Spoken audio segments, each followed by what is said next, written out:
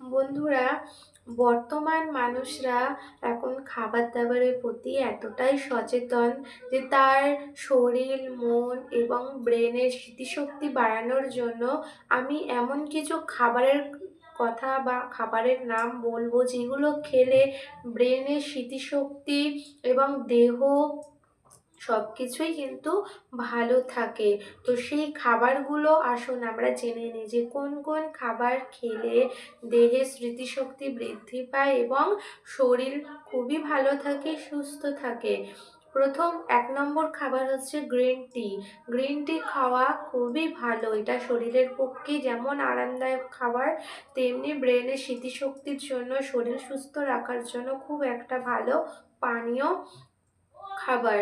২ নম্বর খাবার হচ্ছে ব্লুবেরি। ৩ নম্বর খাবার হচ্ছে কমলা লেবু। কমলা লেবু খুবই ভালো খাবার একটা। তো ৪ নম্বর হচ্ছে ব্রোকলি। ৫ নম্বর হচ্ছে আখরোট। আখরোট শুষ্ক খাবার, কিন্তু খাবারটা আমাদের ব্রেনের পক্ষে এবং স্বাস্থ্যের পক্ষে খুবই ভালো। তারপর হচ্ছে ৬ নম্বর হচ্ছে স্ট্রবেরি।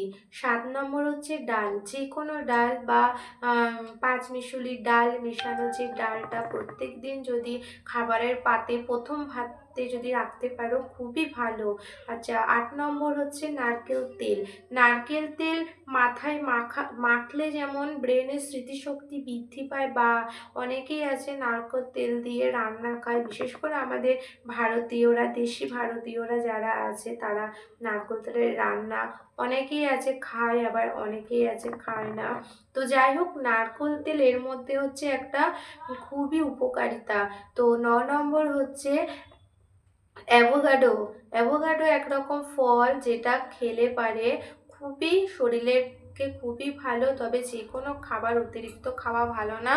অল্প করে প্রত্যেকদিন যদি খাওয়া যায় এগুলো খুবই ভালো।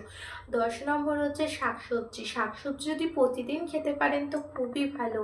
তো এই খাবারগুলো খেলে খুবই ভালো আমাদের শরীরের পক্ষে। তো যাই হোক, যদি আমি ঠিকঠাক বলে থাকি তোমরা অবশ্যই একটু সবার মাঝে আমার বলা কথাগুলো একটু শেয়ার করো। তো থ্যাংক ইউ।